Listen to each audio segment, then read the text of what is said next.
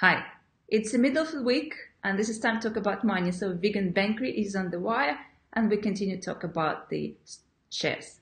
This is episode 3 in the series about the shares. And I would like to spend this couple of minutes to tell you a little bit more about some terms which are linked or sometimes held together with the shares.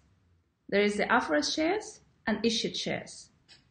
What is the difference?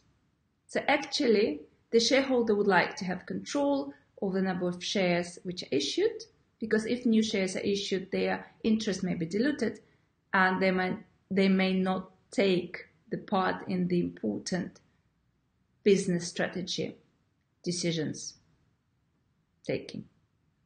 So in the case the company needs money to expand, to fund a new project, to buy another company, the shareholders meet, discuss, and approve or authorize new share issue.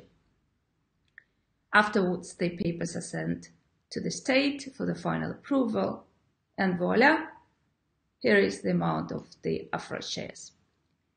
And afterwards, the company may issue new shares. So actually, the issued shares might be smaller than the authorized shares.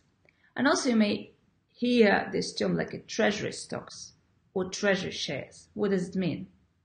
So the company may buy back the issued shares and to keep it on its own balance sheet. So actually the owner of the shares is the company, is the issuer.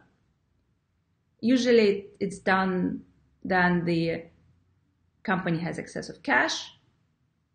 So they buy the shares back. They even may decide to retire the shares, or in the case they need funding, they can resell the shares on the market. Usually the shares are excluded from the outstanding shares and dividends are not paid on the shares. And if you're the owner, how you get the confirmation on your ownership?